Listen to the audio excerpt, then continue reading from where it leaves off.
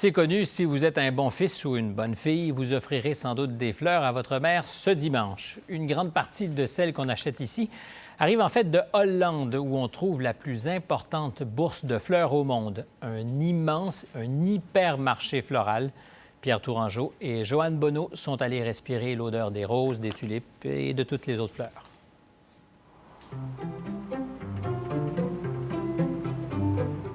Après 6 longs mois passés à hiberner dans la grisaille de leur bureau, le moindre rayon de soleil, la moindre chaleur emporte les Montréalais comme un vent de folie. Pour le plus grand plaisir des fleuristes toujours prêts à nourrir la soif de couleurs et d'odeurs des citadins. Dans les jours qui précèdent la fête des mères, la folie printanière est palpable chez les grossistes en fleurs, comme ici, chez Romaillot, à Dorval. Nathalie Basile, fleuriste comme sa mère et sa grand-mère avant elle, s'y approvisionne chaque semaine. La fête des mères, c'est quand même une des premières fêtes vraiment commerciales, je dirais, chez les fleuristes. Pâques était une fête religieuse. Noël n'est pas la fête qu'elle était maintenant. La Saint-Valentin n'existait presque pas. Donc, vraiment, une des premières fêtes très commerciales où les gens offraient des fleurs, c'était la fête des mères. C'est la fête des mères. C'est, on peut dire, la plus grosse semaine de l'année dans la fleuristerie.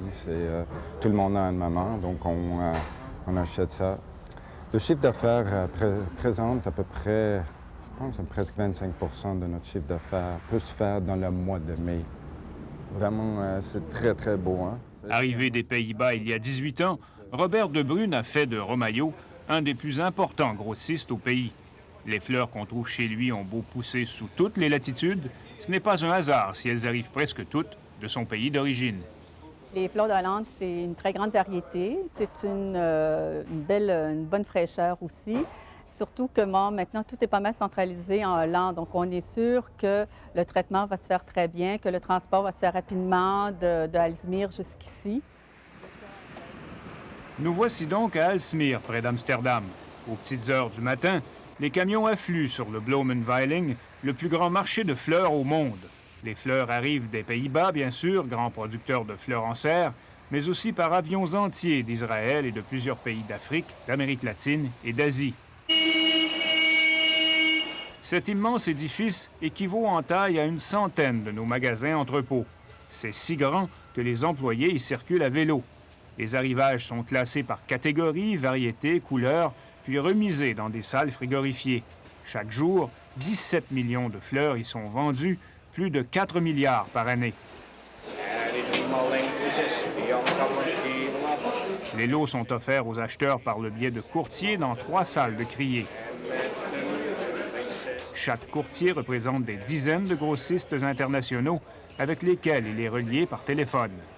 Le prix, ça change tellement vite en Hollande que ça peut changer en dedans d'une heure. Quelqu'un veut avoir plus, donc les prix montent ou descendent, puis on veut être là. Donc, ils nous appellent souvent à 4 heures.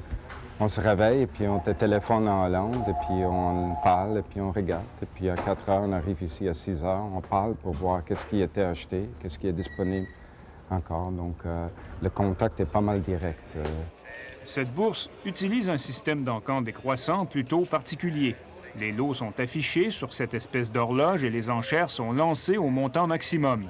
Puis, pendant que les nuits tournent, les courtiers appuient sur une touche pour indiquer le montant qu'ils sont prêts à payer.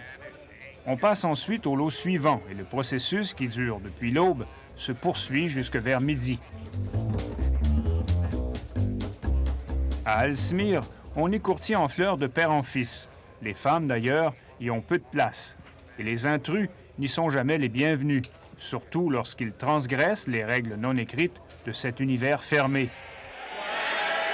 Ici, le caméraman commet l'erreur de trop s'approcher, ce qui lui vaut cette sorte de bêlement collectif, une manière tout à fait typique de huer.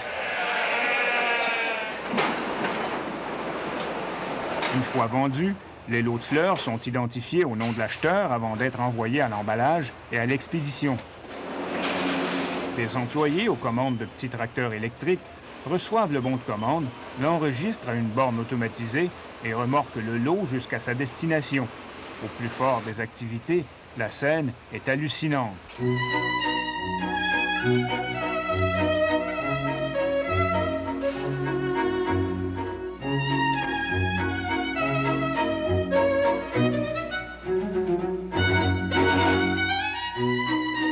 ce ballet sauvage et coloré au milieu d'une terrifiante anarchie, personne ne semble avoir de difficulté à trouver son chemin, ce qui tient du miracle.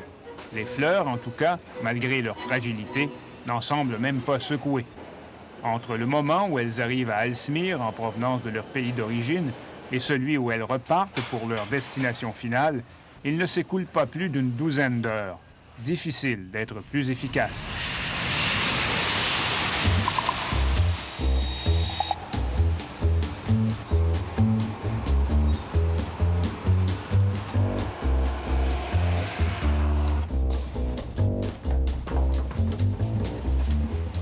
Cette rapidité est essentielle, car lorsqu'il reçoit les fleurs qu'il a achetées, Robert Debrune sait qu'elles conserveront leur fraîcheur pendant encore 2 semaines.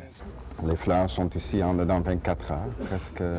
Puis dans les fleuristes, je peux 24 heures, dans 36 heures, il peut le vendre. Et puis le moment a les fleurs les plus frais possibles. Une fois chez le fleuriste, à l'autre bout du monde, les fleurs d'Aalsmeer deviennent des bouquets qui font le bonheur de ceux et celles qui les reçoivent et qui les donnent. Un bonheur éphémère, il est vrai, mais partagé par de plus en plus de gens en cette époque de fête des mères. Maintenant, tout est un peu multiplié. Comme les familles sont étendues, les familles éclatées, on offre des fleurs aux mères, aux grands-mères, à l'ami du père, à des gens qu'on considère comme notre mère, à nos gardiennes.